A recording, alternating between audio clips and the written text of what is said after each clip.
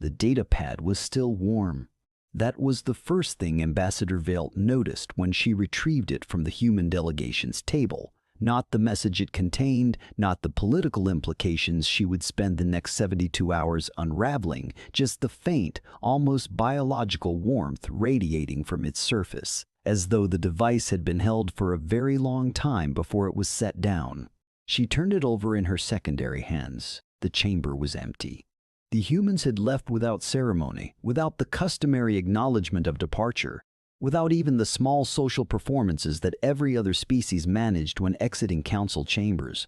One moment, they had been present. Then they were not. And somehow, the absence felt louder than anything they had said. She activated the datapad. The message inside was 11 words long. She read it 3 times before she understood that she didn't understand it at all. 6 weeks earlier, the Galactic Council of Sovereign Species had issued what every political analyst across 43 star systems agreed was a perfectly reasonable document. It had taken 9 months to draft. It had been reviewed by 47 legal scholars across 11 species. It was, by any civilized measurement, fair. It was also, as Counselor Preth of the Durrani Collective later admitted in his private logs that would not become public for another decade, written by people who had never actually spoken to a human. The ultimatum itself was not complicated. Humanity, having made first contact with the wider galactic community 11 years prior, had been granted what the Council called a provisional observation period. 11 years to demonstrate behavioral compatibility with civilized norms, 11 years to show they could operate within the established framework of interstellar law. The Council's position was that 11 years was generous. More than generous. The Keth Dominion had required only 4 years, the Marathi congregation 8. The Sarathi, who had arrived with a fleet of warships and a theology of conquest, had been brought into alignment in 6. Humanity had been given 11. They cooperate selectively, Preth had explained to the full chamber, in the session that would come to be known in retrospect as the session where everything went wrong. They adopt protocols when it serves their immediate interests. They ignore binding directives when compliance becomes inconvenient. They negotiate in good faith and then quietly proceed to do exactly what they had already decided to do before the negotiation began. Several counselors had nodded. This was accurate. This was demonstrably, documentably accurate. They cannot continue to enjoy the protections and trade access of galactic membership while refusing to accept its obligations. More nodding. The ultimatum is simple. Humanity will dissolve its independent military command structure and place its forces under joint council oversight. Humanity will submit its colonial expansion proposals to the Territorial Review Board before, not after, establishing settlements. Humanity will cease the practice of embedding its diplomatic liaisons inside civilian aid organizations, which we all know is not diplomacy. It is intelligence gathering with a more sympathetic name. This produced a sound that served the same social function across most species, agreement that was also a kind of relief that someone had finally said it. They have 6 weeks. If they do not comply, their provisional membership is revoked, trade access suspended, and the 5 border systems they currently occupy under provisional agreement revert to council jurisdiction. The vote was 31-2. The 2 dissenting votes came from the Marathi congregation, whose reasons for dissent were, in Preth's private assessment, emotional rather than logical. The ultimatum was delivered to the human delegation the following morning. What the council expected: a period of protest, a counter-proposal, negotiations, partial compliance, and then grudging full compliance over the following 18 months. What they got instead was silence. Not a cold silence, not an angry silence, not even the tactical silence of a species stalling for time, something else entirely. Vale had been watching humans for 3 years by that point, which made her one of the galaxy's foremost experts on the subject, which was less impressive than it sounded, given that the field barely existed. She had read every contact report, every behavioral analysis, every diplomatic transcript. She had studied their art, their history, their biological literature, their wars. The wars especially. Most species had wars in their past. Violence was not unique to humanity, but most species' histories followed a recognizable arc: conflict, exhaustion, settlement, gradual civilizing. The wars became less frequent, less total as the civilization matured. Humanity's history did not follow this arc. It did something more unsettling. The wars became more efficient. The species kept finding ways to reduce the cost of violence while increasing its reach, which any rational civilization would recognize as progress toward peace, because war that is too expensive stops happening. But humanity also kept finding things worth fighting over that defied economic analysis. The resource calculations didn't hold. The territorial gains didn't justify the casualties. Again and again, throughout their history, humans had engaged in conflicts that a Durrani strategic computer would have flagged as irrational within 15 minutes of modeling, and they had often won those conflicts. This was the part that kept Vale awake in the rotational period that corresponded to human night. "You doing that thing again," said her assistant Seren. He was human. This was considered eccentric by her colleagues and professionally useful by her superiors, which meant it was politically tolerated without being socially accepted. He was young, even by human standards, 26 of their years, with the particular quality of attention that she had come to associate with humans who had been paying attention to something painful for a very long time. "What thing?" she asked. "The thing where you're thinking about something you think I won't understand." She considered denying it. "I was thinking about your history of warfare." "Which part?" "The parts that don't make sense." He was quiet for a moment. Then, "Which parts do make sense?" She had no answer for that, and he knew it, and neither of them spoke for a while. That conversation had happened 4 days before the Council's ultimatum was delivered. She thought about it often in the weeks that followed. The human delegation's official response to the ultimatum came on day 3, not on day 1, which would have indicated panic. Not on day 6, which would have indicated strategic delay. Day 3, which the Council's behavioral analysts interpreted as calibrated professionalism. The response was 12 pages of careful, detailed, legally precise language that acknowledged every concern the Council had raised, expressed genuine commitment to the principles underlying the ultimatum, and proposed a joint working group to address the specific mechanisms of implementation. "They're buying time," said Preth. "Possibly," said Valunt, who had read the document twice and was reading it a third time. "Not possibly, certainly. This is the human pattern. Negotiation as delay. We've seen it." "We have," she agreed, and kept reading, because there was something in the document that didn't fit the delay pattern, and she couldn't locate what it was. She found it on the 4th reading, buried in a subclause regarding the proposed working group's timeline. The humans had suggested the working group convene over a period of 10 years, not 10 months. 10 years? At the time, she had flagged it as a clerical error. The Council's legal team had flagged it as deliberate obfuscation. The human delegation, when asked for clarification, had politely confirmed that 10 years was indeed what they meant, and had provided 12 pages of appendices explaining why 10 years was the minimum reasonable timeline for the changes in question. Nobody read the appendices. In retrospect would become the most used phrase in galactic political analysis for the next decade. This was the first and most consequential mistake. Day 8. The Council sent a clarifying communication. The working group timeline was unacceptable, and the 6-week deadline remained unchanged. Day 9. The human delegation acknowledged receipt. Day 12. Soren knocked on Vailt's office door at what humans called 2 in the morning, which she had learned meant something significant was happening or he wouldn't be awake. "Have you seen the reports from the Varith sector?" She hadn't. She pulled them up. Human colonial vessels, 3 of them, mid-size, the kind used for long-haul establishment missions, had departed from the Kepler station hub 48 hours ago. Destination logged: the Oris Drift, a cluster of marginally habitable systems that sat technically outside current Council territorial jurisdiction, but well within the disputed boundary zone the ultimatum specifically addressed. "They're establishing a settlement," she said. 2, actually. The second ship branched off 16 hours ago. Different system. She stared at the report. While the ultimatum is active. While the ultimatum is active. While the ultimatum is active.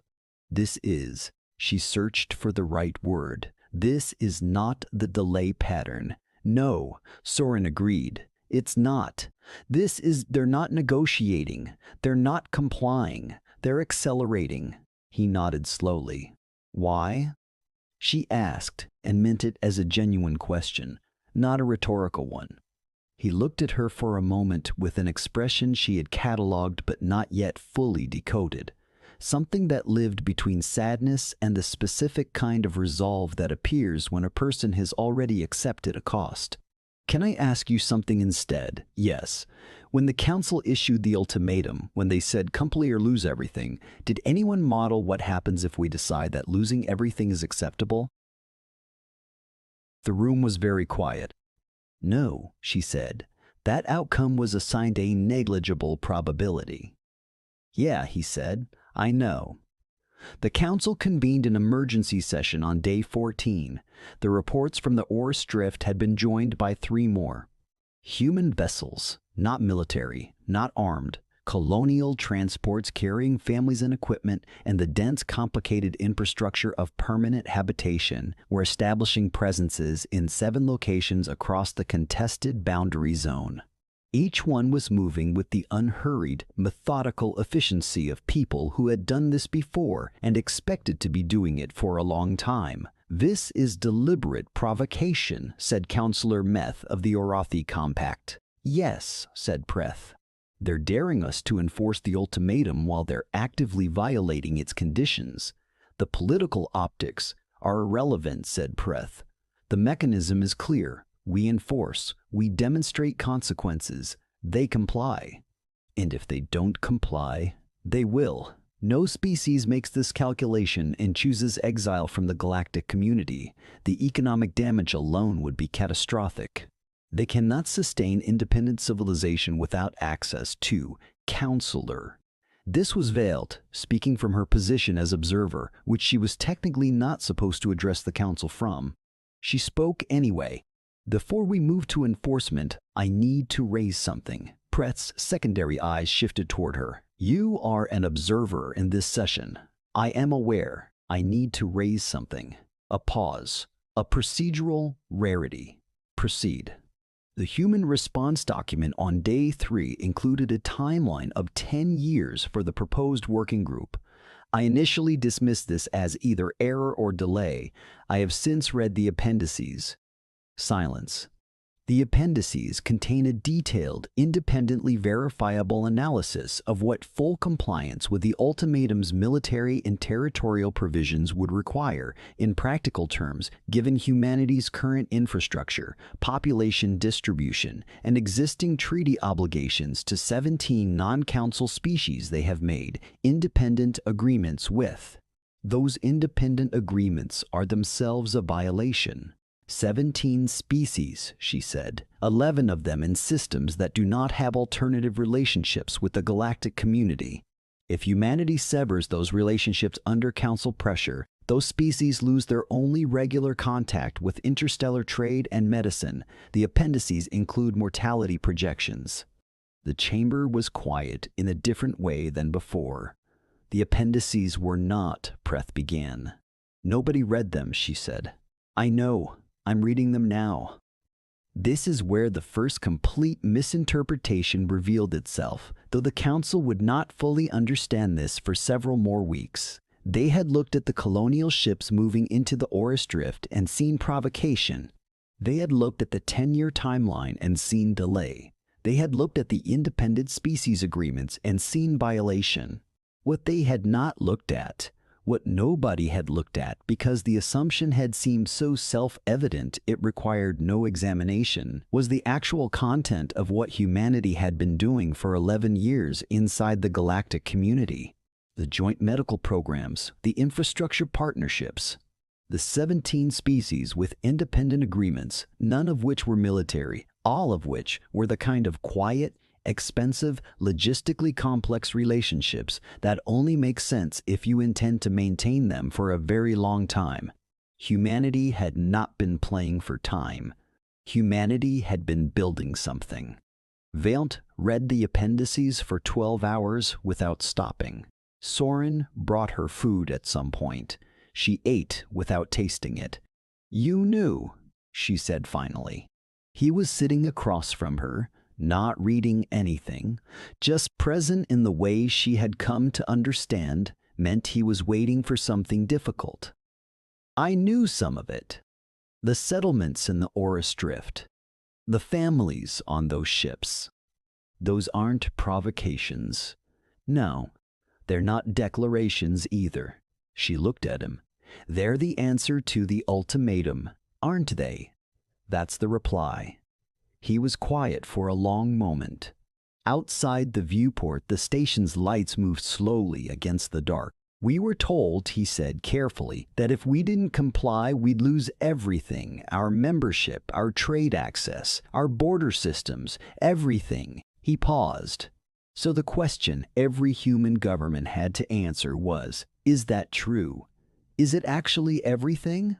And we've been asking that question for 11 years. Since before the ultimatum, since the first contact briefings, when it became clear that joining the council meant becoming the council, that we'd inherit every obligation, every limitation, every treaty we'd had no part in writing. He looked at his hands. The answer we kept coming back to was no. It's not everything. It's not even close to everything. What isn't it? He looked up. Each other. The silence that followed was long enough that the station's ventilation cycle completed once and began again. "The colonial ships," Veilt said slowly. "The independent species agreements. The medical programs. The infrastructure. She stopped. "These aren't violations of the ultimatum's spirit. They're a demonstration that the ultimatum's threat doesn't reach what humanity actually values.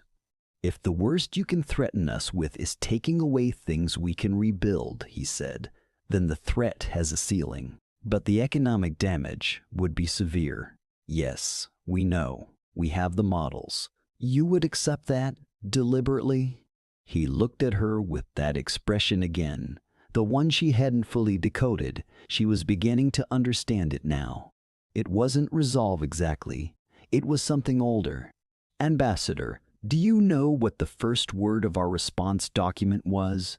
She checked her memory. "Yes. What was it?" "We." He nodded once. "Topple. Day 22.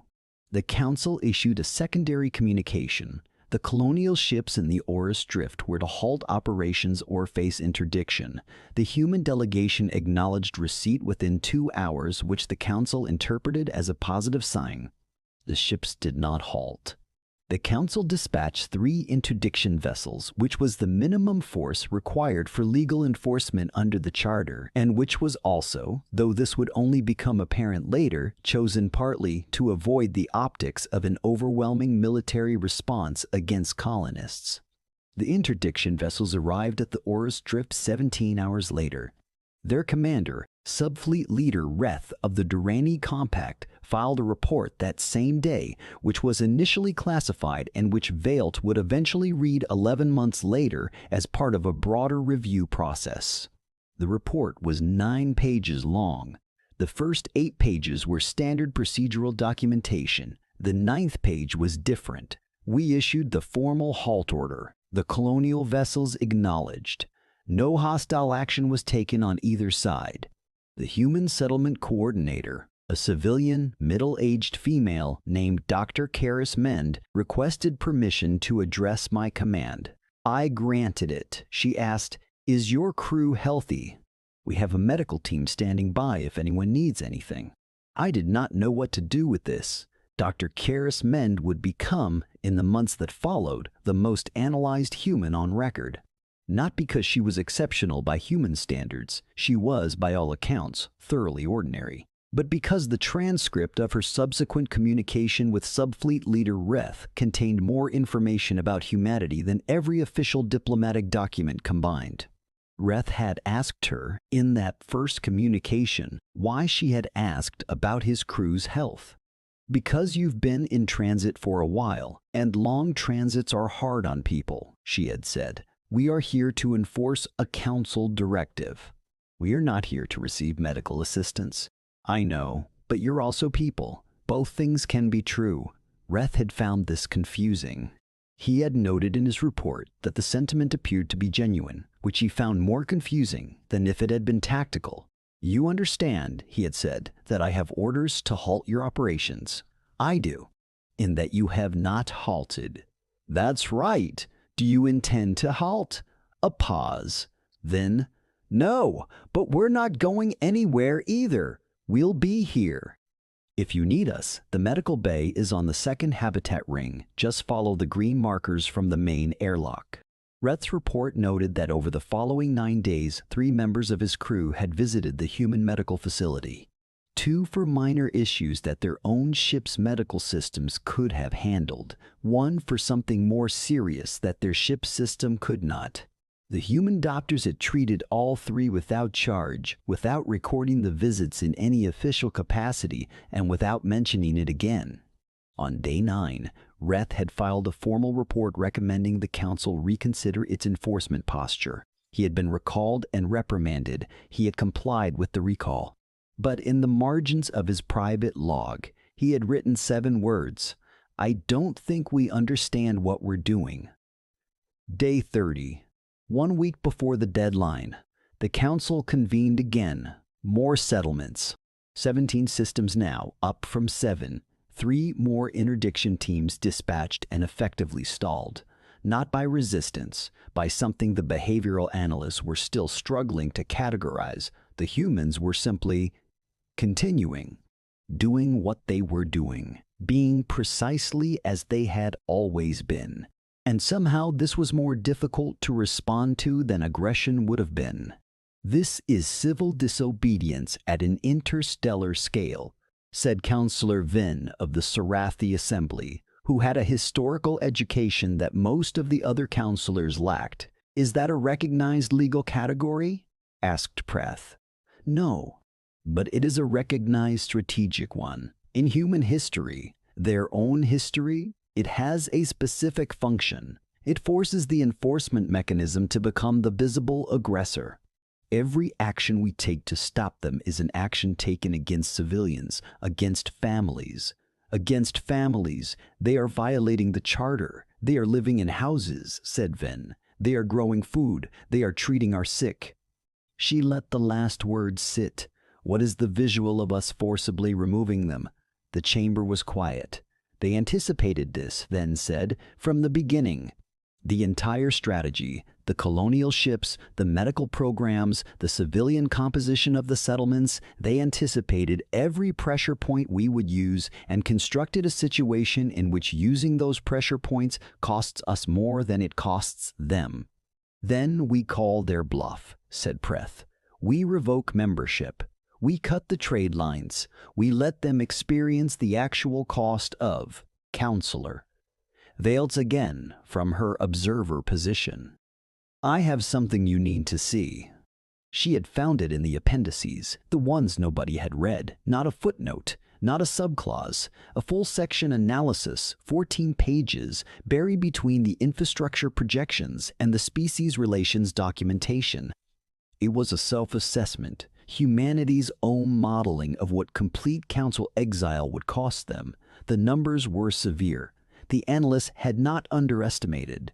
Years of economic contraction, technological slowdown, reduced access to galactic medicine, loss of trade relationships. The model was honest in a way that, itself, was disarming. But the final section of the analysis was not about cost. It was titled, simply, Historical Precedent, and it contained a list. Every time in human history that a group, a people, A nation had faced catastrophic loss and continued anyway, not because they had miscalculated the cost, not because they were irrational, but because they were things the cost could not reach. The list was long, it was specific. It cited dates and names and the particular texture of each situation with the intimacy of a species that had been studying its own capacity for endurance for a very long time and had arrived at something that was not quite pride and was not quite wronging. It was, Veilt realized, a message, not to the Council's legal team who was supposed to receive the document, to anyone who read it carefully enough to understand what it was saying beneath what it was saying. We have been here before. We know what this costs. We have paid it before, and we are still here. She read it aloud to the council chamber. All 14 pages. Nobody interrupted. When she finished, the silence lasted a very long time. This was in the original document, Preth asked finally. In the appendices. Yes. They knew we wouldn't read it. I think, she said slowly, that they were fine with either outcome. If we read it, we'd understand. If we didn't read it, that was information too. Information about what? About whether we were paying attention. Day 37. 4 days before the deadline. Soren found her in the observation bay at what humans called 5 in the morning. She was watching the feed from the Orus drift, which she had been doing with increasing frequency. There was something hypnotic about it. The settlement lights against the dark. The ordinary, unhurried movement of people doing ordinary, unhurried things. They're not going to comply, she said, without turning around. Are they? No. And they're not going to leave. No. And they're not going to leave. No. So what happens on day 42? He came to stand beside her, looking at the same feed. The council has to decide whether to actually do what they said they'd do. They'll do it. They have to. If they don't, the ultimatum means nothing. Every provisional member will, I know. The trade suspension alone will, I know. People will be hurt by this. Human people. I know that, too. She turned to look at him. He was watching the lights. How are you this calm? He was quiet for a moment. Then, I'm not calm. I haven't slept well in 3 weeks. I'd been on a communication channel with my family every night because my sister is on one of those ships in the Orus drift. And I've been scared every single day that something would. He stopped, breathed. I'm not calm. I'm just not letting it stop me from doing what I'm supposed to do. What are you supposed to do? Be here, bear witness. Make sure someone on the station understands what they're actually looking at. She looked back at the feed. And what are they actually looking at? A species that decided, he said, that the worst thing you can do to us is take away things we can rebuild, and then started rebuilding them before you took them away. Day 42.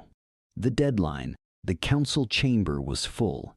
Every counselor present, every senior diplomatic observer, the full weight of galactic governance arranged in its ceremonial configuration for a moment that would, in the prevailing consensus, be historically significant but procedurally simple.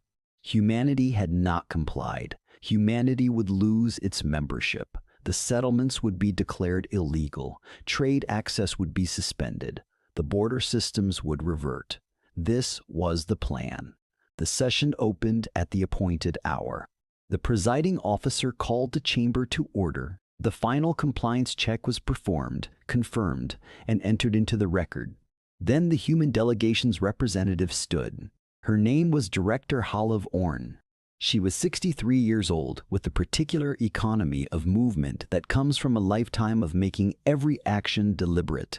She had been in galactic politics for 20 years.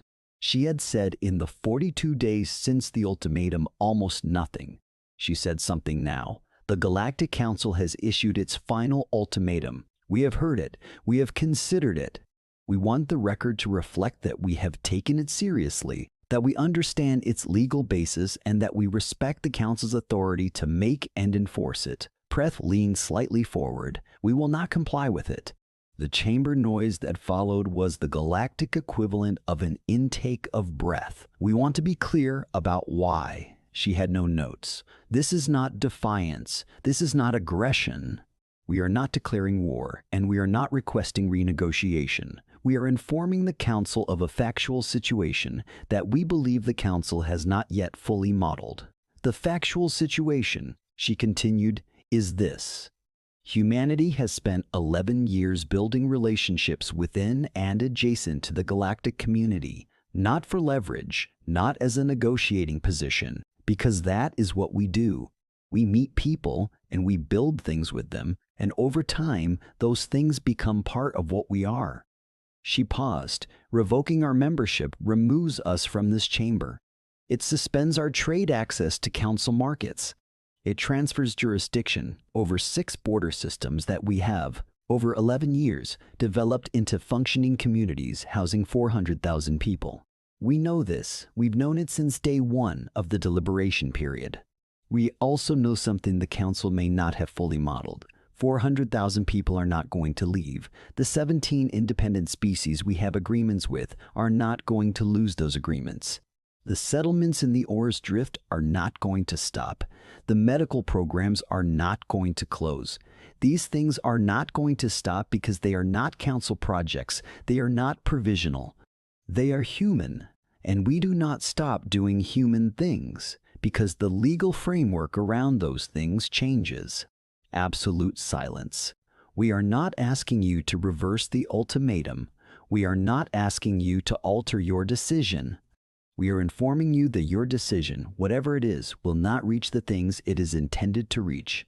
And we are asking you, genuinely, with respect, to think carefully about what that means before you do something that will be very difficult for both of us to recover from. She sat down. The silence lasted 47 seconds. Valesdank counted them. Then Preth said with a kind of careful control that indicated he was more shaken than he appeared.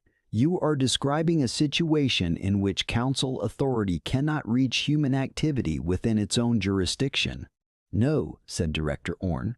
We're describing a situation in which human activity has already exceeded your jurisdiction's boundary. We've been doing it quietly for 11 years, not because we were hiding anything, but because we were building things. That's what you do when you build things. You keep going until they're done. The vote to revoke was 24-9. It should have been more decisive. The 7 votes that shifted from the original 31 came from counselors who had, over the 42 days, read the appendices, or spoken to someone who had, or seen the Subleague Commander Reth report, which had been leaked 3 days earlier by a source that was never officially identified. The revocation was entered into the record. The human delegation acknowledged it. And then Director Orn placed a single item on the Council table and left the chamber. It was a datapad, still warm. Veiled picked it up after the chamber had cleared, turned it over in her secondary hands, activated it. 11 words. She read them 3 times. We'll be here when you're ready. We'll keep the lights on. 3 years later, the Council's Joint Economic Review found that the trade suspension had caused severe damage. To both sides. Yes, the human economic contraction was real and painful and would take years to fully recover. But to the 17 adjacent species who had lost Council access and gained human access simultaneously, the net change was complex enough that 4 separate review committees could not agree on whether those species were better or worse off. What they agreed on was this. Those species had not experienced any interruption in medical care, had not experienced any interruption in communication, had experienced some interruption in higher technology trade goods, but had simultaneously gained access to something the Council's models hadn't included: humans who showed up, built things, stayed. Reth's report became required reading in Council diplomatic training within 18 months of the suspension. Not officially. Officially, it remained classified. But a copy had a way of appearing in the personal libraries of anyone who requested it informally, which, after the first year, was most people in the field. The line that got quoted most often was not from the first page. It was from that 9th page, the one Reth had written late, tired, still processing what had happened when Dr. Karis Mend had asked about his crew's health. I have been in military service for 30 years. I have faced armed resistance, diplomatic hostility, and organized defiance. I have never before encountered a situation in which the opposition's primary tactic was to keep treating us like people. I don't know how to report that. I don't know what category it belongs in. But I believe it belongs somewhere in the manual, because I believe it is the most effective thing I have ever seen anyone do. 7 years after the revocation, the Council formally reopened membership negotiations. The process took 4 years. Humanity's conditions were different this time, not defiance, but specificity. They asked for clear language on the 17 independent species. They asked for provisions recognizing relationships that predated the formal framework. They asked for a definition of jurisdiction that acknowledged what the previous decade had demonstrated, that some things exist outside jurisdictions, not because they violate them, but because they were never built to fit inside them. Most of it was granted. Some of it was debated for 2 years and granted anyway. Velt attended the readmission ceremony as senior diplomatic observer.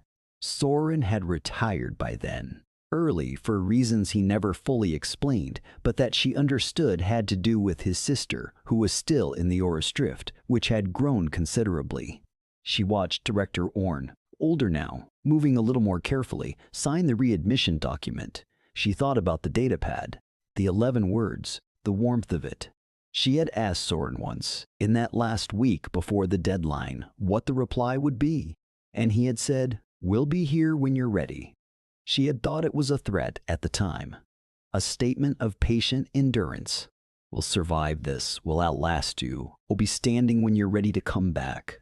She understood now that she had been wrong. It wasn't a threat, it was a genuine offer, uncomplicated, human. They had meant exactly what they said. We will be here, we will keep the lights on, not because it is strategically advantageous, not because the game theory supports it, not because a rational civilization, facing exile, facing economic collapse, facing the complete severing of its formal relationships with the galactic community, would choose to spend the next 7 years treating its adversaries like neighbors anyway. Because that is what you do when someone needs something and you have it. You keep the lights on.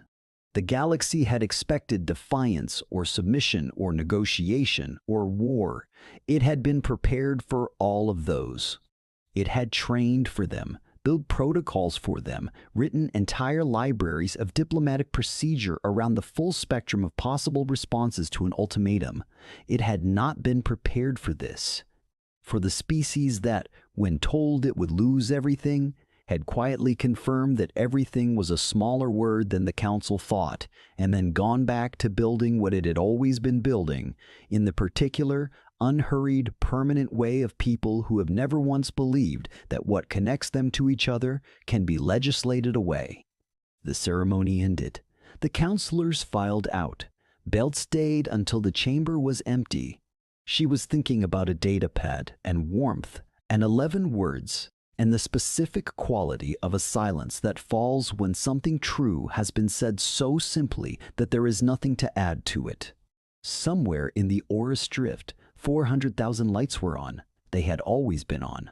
That was the part the galaxy would spend the next century trying to understand. Not that humanity had survived, not that they had endured, not even that they had won, but that they had never once looked like they were doing any of those things. They had just looked like they were home.